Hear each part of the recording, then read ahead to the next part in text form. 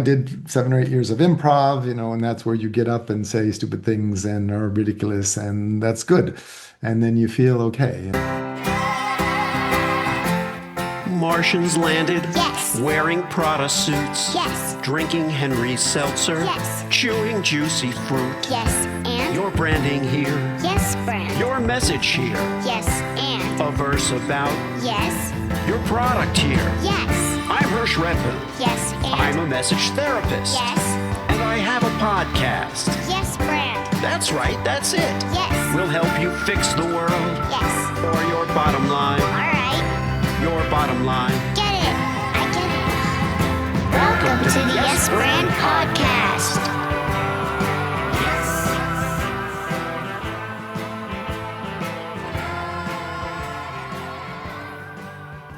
In the hot seat today on the Yes Brand Podcast is Jon Elbing.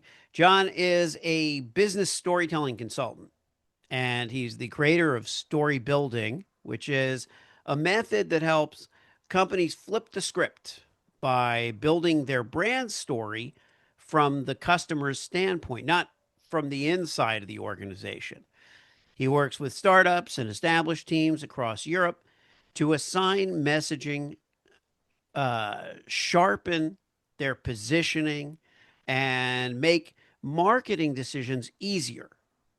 And he's also the author of, you guessed it, Story Building, a practical book that gives teams clear tools to create stories that really, truly resonate. And I am happy to have Jon here. He mentioned before the recording we were scheduled to record this earlier. I always do a pre-call conversation with the guest to kind of get to understand them a little bit better, so that when we talk, it'll be that much deeper. And we did that, in fact, but we did it quite a while ago. So this is kind of a fresh conversation, although we've communicated, and I'm just so glad we're having it. So welcome, Jon, to the Yes Brand Podcast. Well, hi, Hirsch. I'm happy to be here. I love your brand. As an ex Thank you. improv person, the yes and yes brand is beautiful. I Yeah. would have wanted to think of that myself. That's the bit. You and I are similar in that way, in that, when we hear, how do we know when we've thought of something good, like a good idea? We know a good idea because when we're jealous of somebody else's idea in a kind of a healthy, friendly way, of course, we know it's good. And for Yeah. ourselves, yeah, go ahead. What were you gonna say? No, no, no. I agree completely. Yeah. Yeah. Yeah, it's thank you. And it's also, I love it myself because yes, and the rule of improv that Jon's referring to is what the name of the podcast is based on. And the yes and rule is that you never turn down the offer of a scene partner in improv. If they say something crazy, you back it up, you buy into it. And I know from my experience in life, my clients have no shortage of crazy ideas. And I could have said no, no, no to their ideas. This is what you want to do. But I don't do that. I buy into their madness and then try to build on that. And tell our audience a little bit, Jon, of your story, and don't leave out the improv.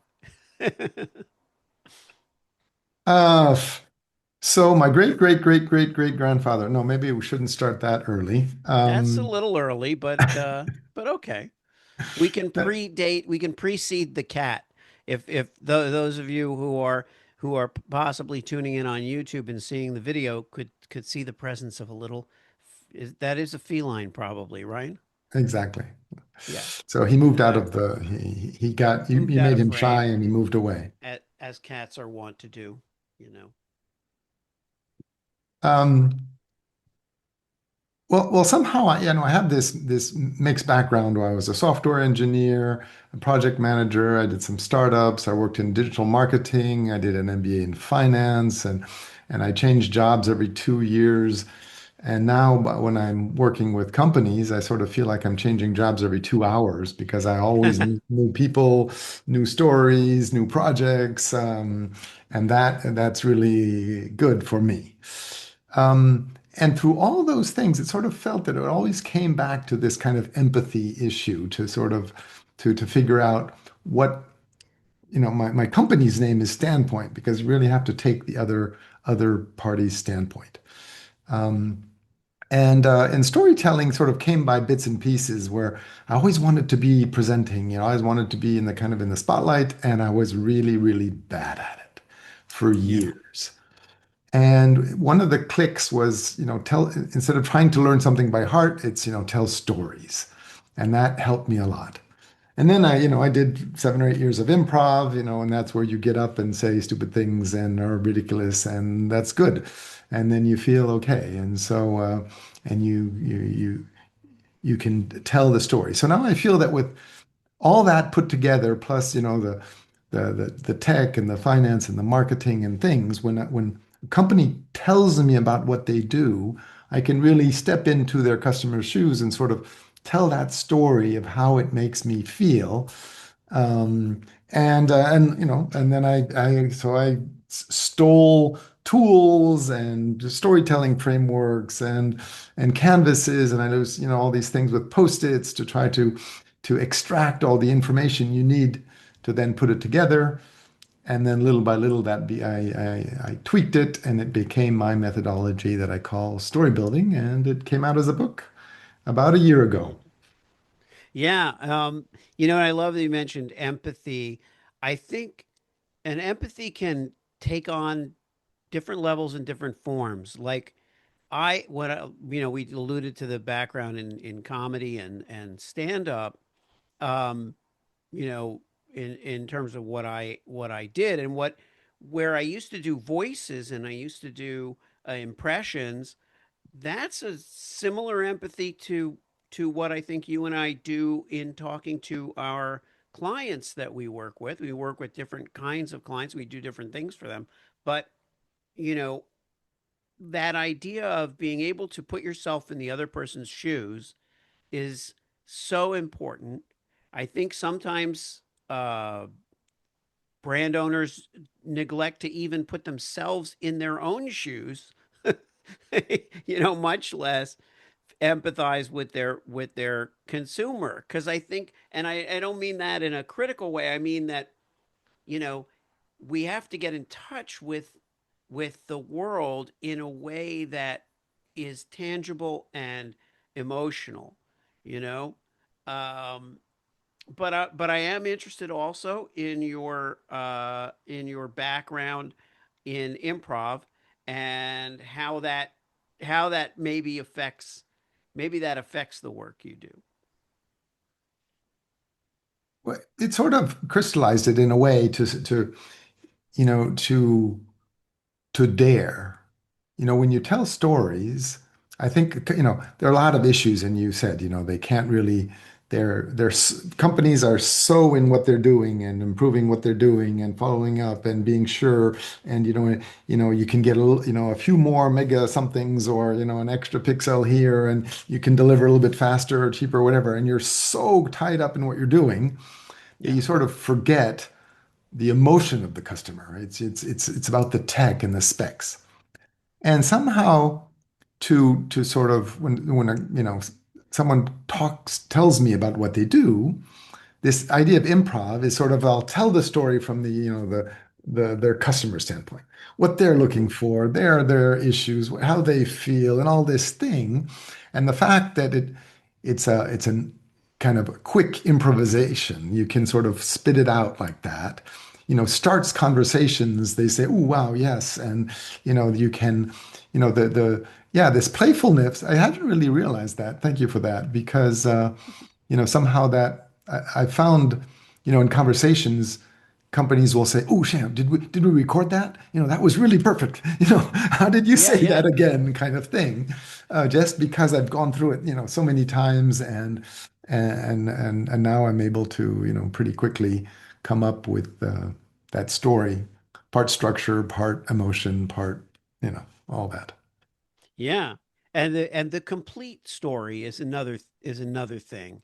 Um, so much of marketing, branding, advertising is reduced to sound bites or and it's not even just now. It's not even in the modern era, so to speak. It's also about um, copywriting for decades and decades and decades. It's reduced to a line, a tagline, a line of copy, uh, but really, uh, audiences, consumers resonate most with stories that are complete. Now they may know enough about, like, let's say a brand uses Goldilocks and the Three Bears because so many people know that they already are making all those associations, so it's less storytelling that has to be told. But still, right? Don't you feel that um, that a successful brand has a story of some depth? So I think storytelling now has become such a buzzword that we don't really know what it means anymore. Mm-hmm. And Yeah. so, business storytelling, strategic storytelling, marketing storytelling is different than, writing a screenplay for a TV show or a novel or something. You're not you want to bring people along, and stories are very formulaic. There's someone wrote a book about saying there are seven stories. That's for all the books, all the movies of the world of all history, can be boiled down into seven main stories or something like that. And so marketing storytelling is sort of telling, for me, is telling the story of the customer, and it goes through a number of things, but it's not necessarily about making it into, some crazy story that you would want to make an ad out of or something like commercial where you have an actual story. Uh, Yeah. and And so, I called it story building because it's not just how can I tell my story a little bit better, cuter, funnier, or something, and start with a hook and do this and my little dance. It's about, what are the stages people go through? What do you have to tell them at what point, in what order to bring them along, to get them engaged, to get the right people interested, to and it's not a story to be fun. It's a story for the right people to be engaged and then to act. This business Yeah. storytelling is about getting better customers, increasing conversions, and actually, finding the customers that get the most out of what you're selling, and making this all a win-win and a successful endeavor. It's not just about telling a fun story that people like. This is core marketing. Yeah. Yeah, the call to action and the part of the story that represents that you don't have in just storytelling is where I want to go next. I'm gonna just hold on for 1 second and put my dog on my daughter's bed because that's where he wants to be, and he pretends that he lacks the ability to jump up. He really can jump up. He's not motivated. Uh, so if you'll hold on for 1 second, we're going to do that. Okay, what happened? Do you need to go on here? No? Where is it?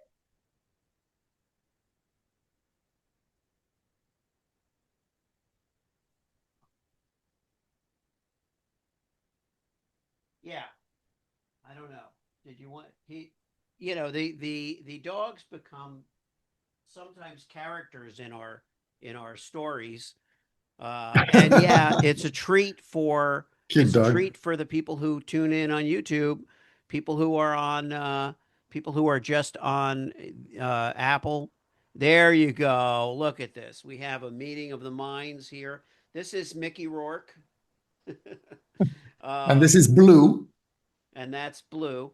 So, Mickey. for the science people out there, his real name is Pale Blue Dot. And Pale Blue Dot is actually a famous photograph taken by NASA millions of miles away of our galaxy, and a little Right. pale blue dot is Earth. And that picture is amazing. And so his name is Pale Blue Dot, but I call him Blue. And Mickey Rourke, well, when we rescued Mickey, he just looked a little rough. He looks more dainty now, although he needs a grooming. But he also has like he can have kind of a fierce bite look of with his underbite, whatever it is. But he can look more menacing than he really is, which is my sense of Mickey Rourke, the actor, is that he is not anywhere as menacing as he loves animals. He has a bunch of dogs. He posts all these very sweet things on his Instagram, and he's really quite a sensitive soul. So that's where Mickey comes from, right? Okay. Well, we'll leave him here. I don't know if he's going to want to go down. Yeah, well, you want to go down? Go play with your brother. And then I have another dog named Toby. Toby is a Mickey's a Shih Tzu. Toby is a uh, oh my God, why am I blanking on? He's a Yorkie poo. Toby's a Yorkie poo. Okay, Um, I'm a cat person, so yeah. I don't know the. Well, we I don't judge I have here. a rag doll. So Yeah, we don't judge here. And we wanted to talk about the call to action. The call to action is a piece of the story that is exists really only in marketing and advertising. Call to action doesn't seem to exist in comedy necessarily. It's not about audience participation or any of that. Let's talk about the call to action and what your thoughts are on how hard or gently to push that button with audiences. So there are a lot of things around that. So first of all, I think that the call to action does come at the end of a structure, and I think we should get into that structure to understand how you get there, because the point of a call to action is having people actually ready to act. The call to action itself doesn't do that. Um, but then if you take you take a website, what I do is create a structure, and out of that structure you can create a website, a pitch deck, a commercial, a campaign, and all these things because you have your core story. But say we make a website, um, people don't read down every line and scroll down, and then when they get to the bottom, they click on the call to action. They they scroll down, they read the titles, and they scroll back up, and they go up, and then they're interested, so they come back and they skip a bit and stuff and things. So usually what I would say is these calls to action should be a little bit everywhere because you don't know what path they took, and so you don't know at what point they'll say, "Okay, click." Um, and so the story has this structure where it pulls people through, but then it allows for people to jump around a little bit and get more into the things that they're interested in and others. And when they feel compelled, that call to action is there for them, and they don't have to start looking for it. Yeah, yeah, which is a very good point. Um, you want, again, it's not like, novels, it's not like movies, everything has structure. Everything has a structure. And fortunately I've had the opportunity to write a book and to write movies and to write stand up. Um, and so I am familiar and have learned all the structures for all of these things. And what my particular joy is in somehow breaking the rules. You once you know the rules, you can break them. Um, you certainly know the rules. What is your attitude, John, when it comes to breaking rules in the service of a more interesting story? Well, you have to know the rules to break them. And I Right. think, working with a lot of companies, they're winging it and they don't know the rules. So you don't want to get into breaking the rules too quickly. Hmm. I have this friend, Gilmore, who has this humor in marketing agency. His specialty is humor. And that's sort Hmm. of this idea of, you have your core story, but then how can you make it, humor can be a really strong lever that you put in for engagement. But you don't want to start with the humor before you know what you want to say. The humor has to fit into what your story, your values, your offer, your thing. So I'd say, build the real story first, and then, once you're known for that, you can play around with it, and also you can play around depending on the channel. This marketer, and I'm sorry, I forget her name, has this great thing called the three beers uh, criteria. So Oh. you work with these serious companies, and they're used to doing ads in newspapers and then maybe on LinkedIn, and you say, hey, let's try something on TikTok, and they say, ooh, that's crazy. And so you come up with an idea, and so you say, okay, on LinkedIn it's zero beers. On Instagram it's two beers, and on TikTok it's three beers. So you're Hmm. still your brand.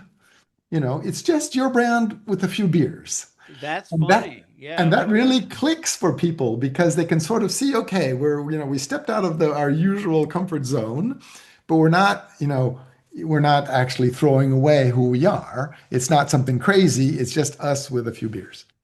I love that. And also, uh, it's very true that the breaking of the rules is it's not just as simple as you should know the rules. It's really, I think this point is in what you said.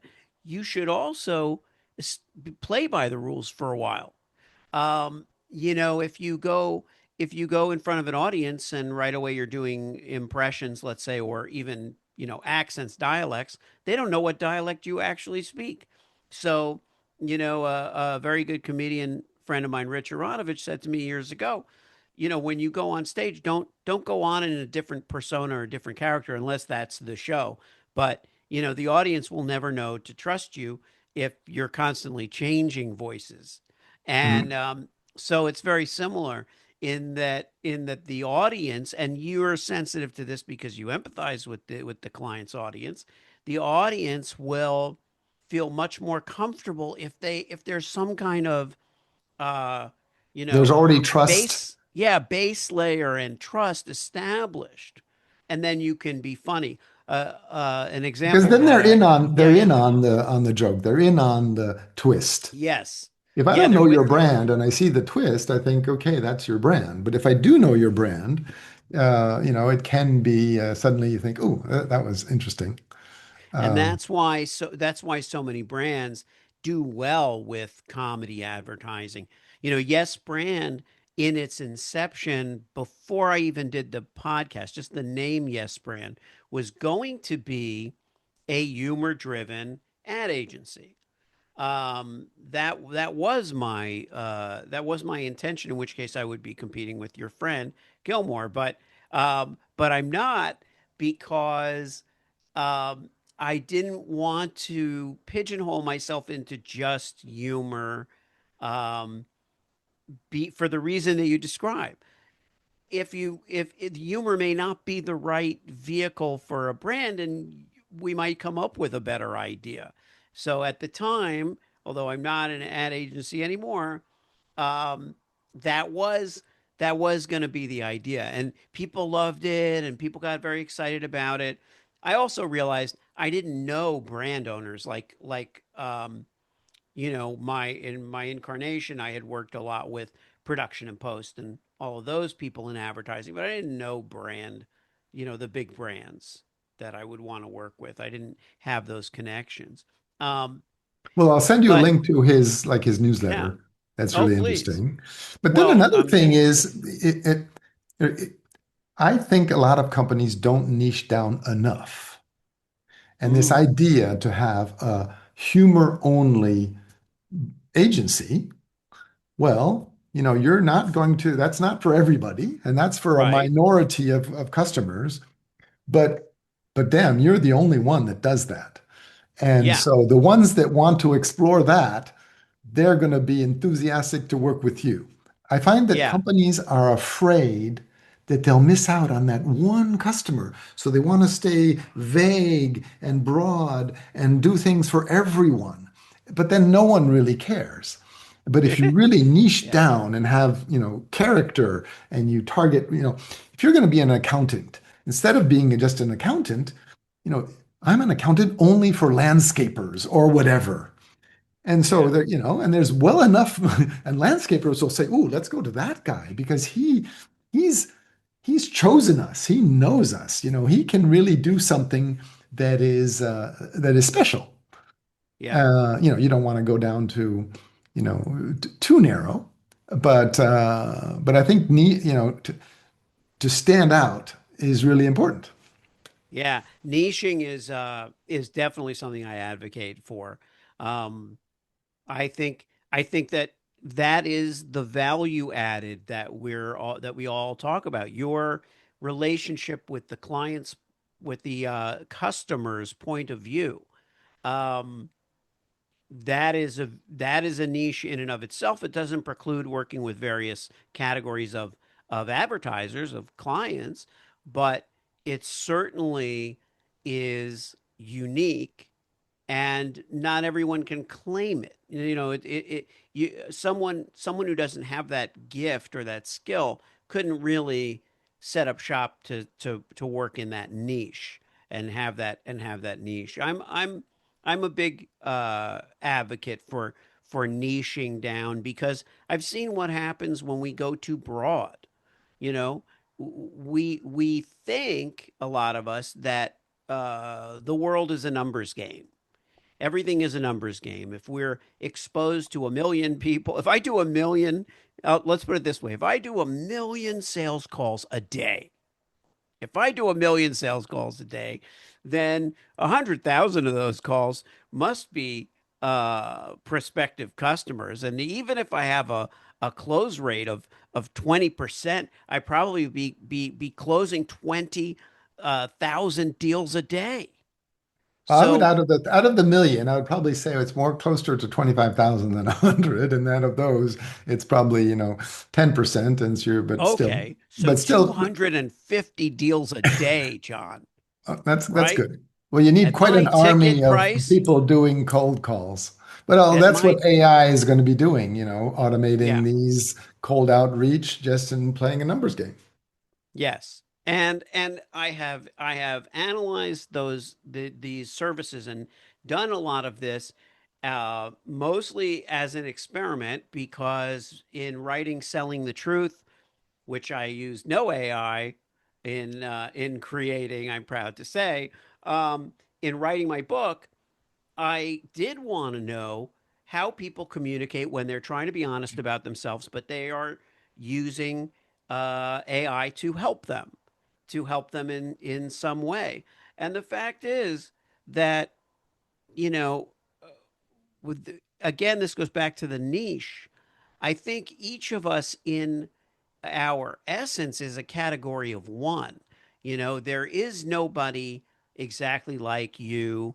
There is nobody exactly like me. There are people who do what we do, or know the songs we know, or sing in the key that we know, whatever it is. But there's no one exactly, like us. And that's something that only we can determine and celebrate, because no one else understands it. You know, uh, do you feel that? Do you feel that you are drawn to a certain type of client? Is there a certain type of client that really gets you excited to work with? So, somehow, as we all, I feel that my incredible story building methodology and all these things could benefit all the companies of the world, Hmm. but then that's not true. And probably the ones that need it the most aren't the ones that recognize that they need it, which is sometimes a little bit frustrating.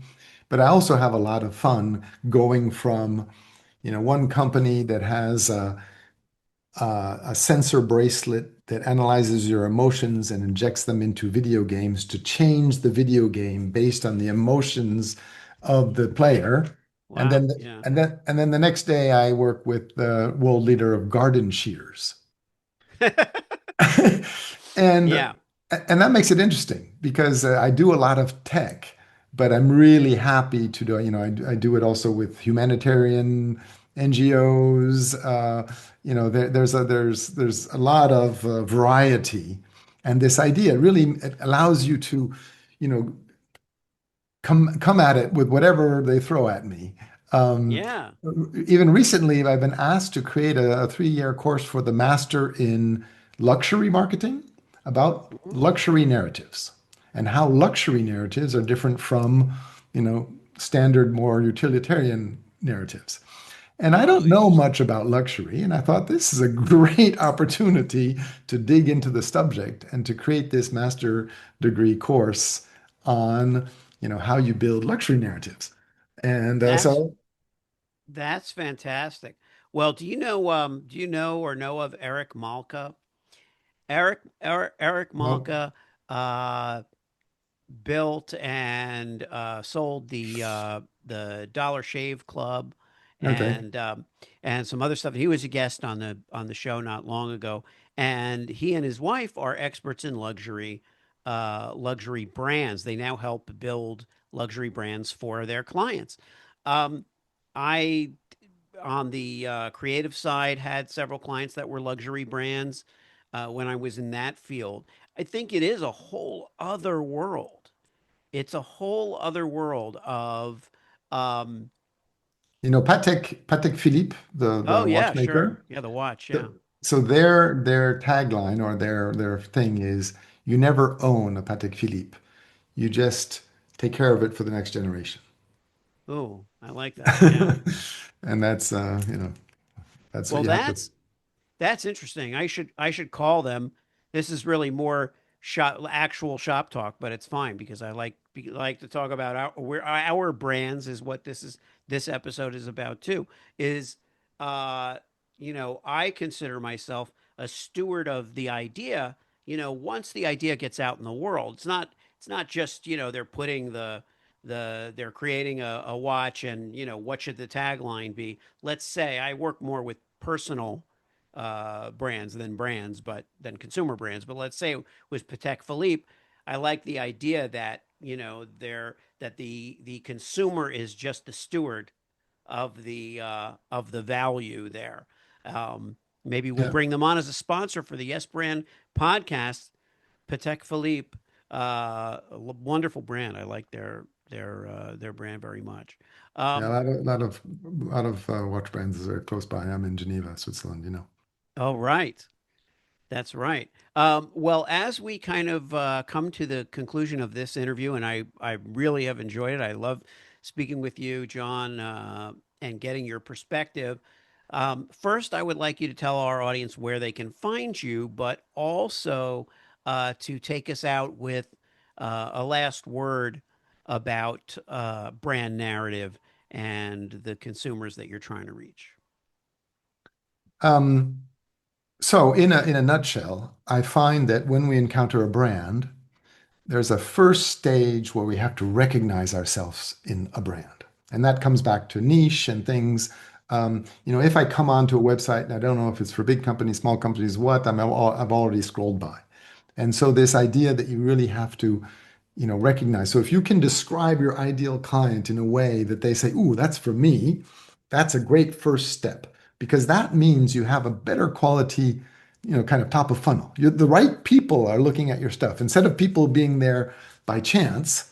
It's really the people that fit. And so that's a good test. You can see. Ask a friend to say, "Okay, look at my website. Who's it for?" And if they don't know or it's vague, well, maybe you could make it more recognizable for your ideal customer. And then at the end, somehow people that are enthusiastic, they think, what you're selling, your product or service is great. Then all the doubts pop up.